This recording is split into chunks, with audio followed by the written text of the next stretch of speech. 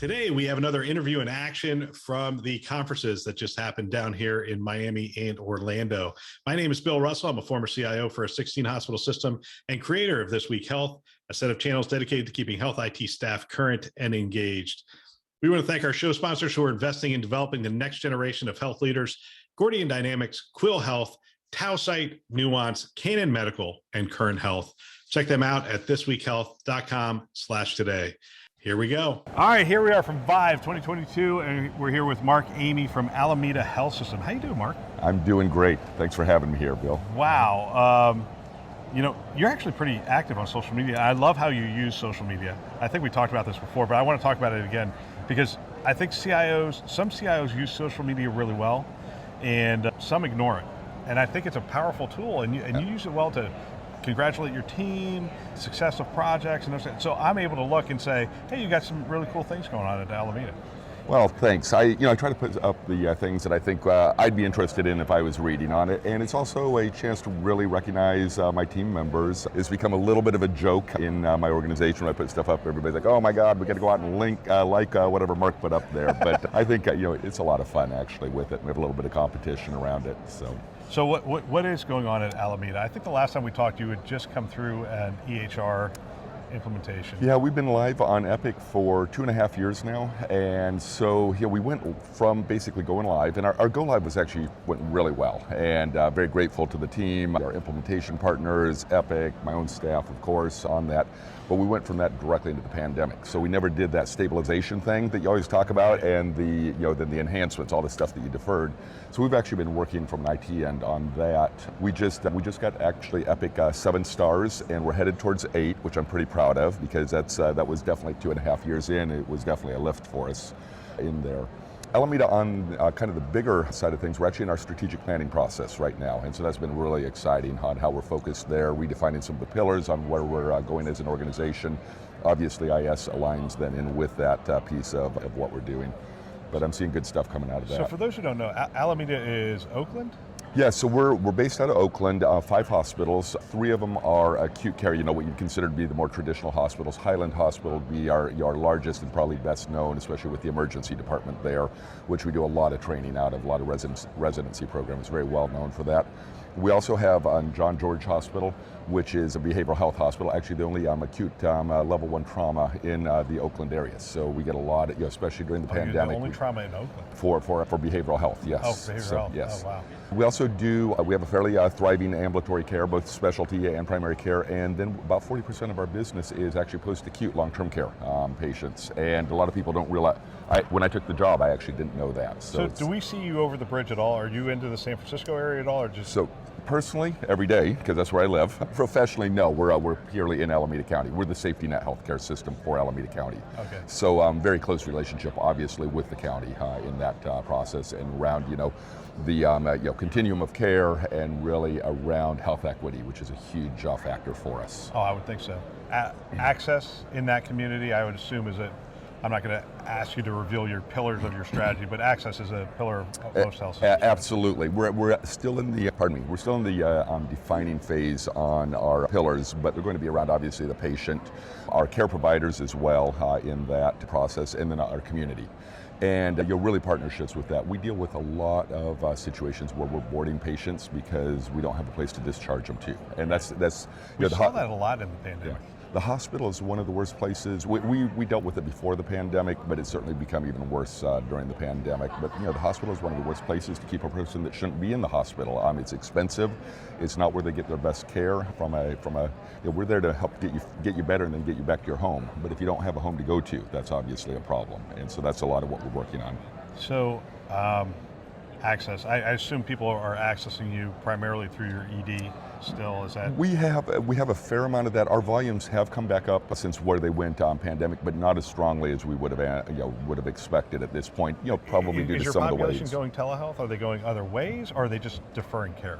We're doing a fair amount of telehealth at this point. We actually so it's kind of funny. I was planning on standing up our telehealth program roughly right about now, and we hit the pandemic, and so we stood up our first iteration of it roughly in 2 weeks. Here's the 3-year plan. We need to get to the end of the 3-year plan next week. That was exactly it. And so we stood up our telehealth program basically overnight, and it went up quickly. We had a few bumps. We've actually redone it, and it's working much smoother at this point. It was just too complicated the first time around, especially with the patient population we're working with.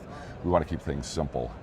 I will say though, even as a patient, so I was doing care with my parents, and I found the system that I was working with for them, which was a large academic healthcare system, great system, but they had the same problems as we did. It was just too complicated for my parents to use, and so there's nothing like being a patient to learn how to put in technology that's going to help your own patients. Yeah, it's interesting. We have talked to some health systems who have redone it since the pandemic because they were looking to drive down the number of failed calls. And they've taken clicks out. They have call centers that actually work with people before the actual physician. Yep.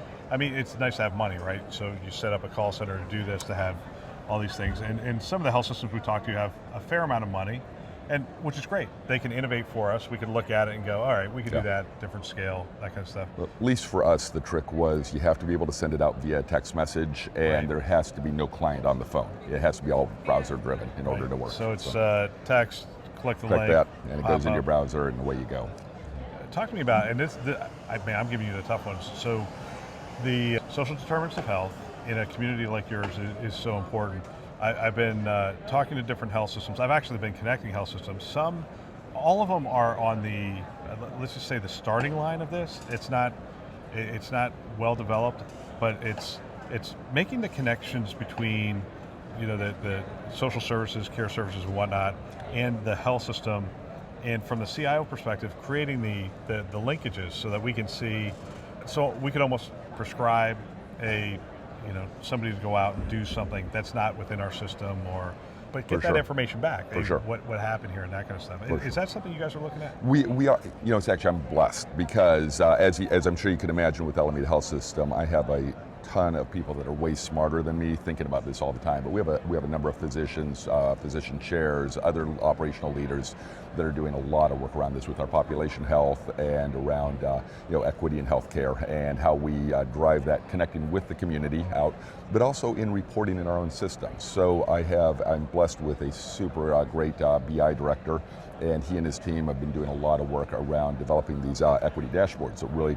start to cut across the traditional dashboard of what you're thinking, start to break it down by the things you think about, race, gender, ethnicity, income levels, those sorts of things. So you start to see where you have gaps in what you're providing care. And oftentimes it's unintentional, but that can be, I would say always in our system it's unintentional, but that can be just as cruel to the patient that you're unintentionally underserving in a way. Right. And so it's really looking at those things and starting to challenge where are we providing the care, how are we doing it the best we can. I mean, it's bringing that visibility to you take that information that you have, you bring visibility to it, then people can act on it. For sure, exactly. And so knowledge drives out to that lack of understanding.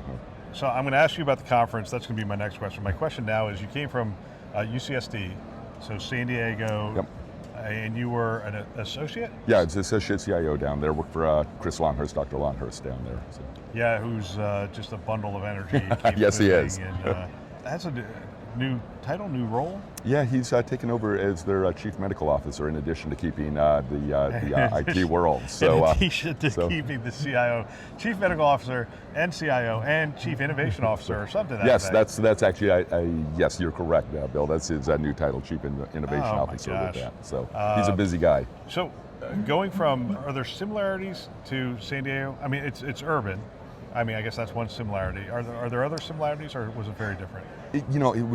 Going to Alameda Health, I'd worked in a number of academic healthcare systems. UCSD, which is a great system, Stanford Children's, USC, all really good systems. I was really blessed to work with them.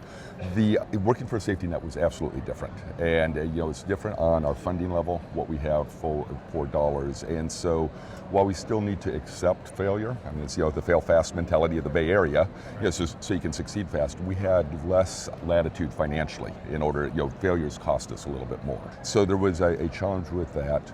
Name recognition, vendor negotiations, those sorts of things. I think that Alameda, we're doing a great job now of really getting our name out there with some of the work we're doing, and we're becoming recognized, but being able to drive price points to where you need them to be, Frankly, coming from a UC system where we were quite aggressive on that helped me with some of my negotiations to know where I needed to be price point wise.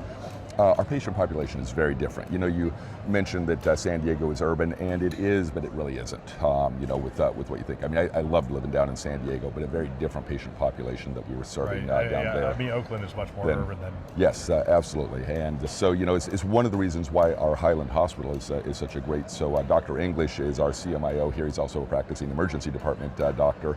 But he and his colleagues, they see everything every Friday night and Saturday night, as far as what's going on. And very sad on what's going on, but gunshot wounds regularly. I was in a board meeting the other night, and we had 2 overhead pages for level 1 traumas. Both of them were gunshot wounds.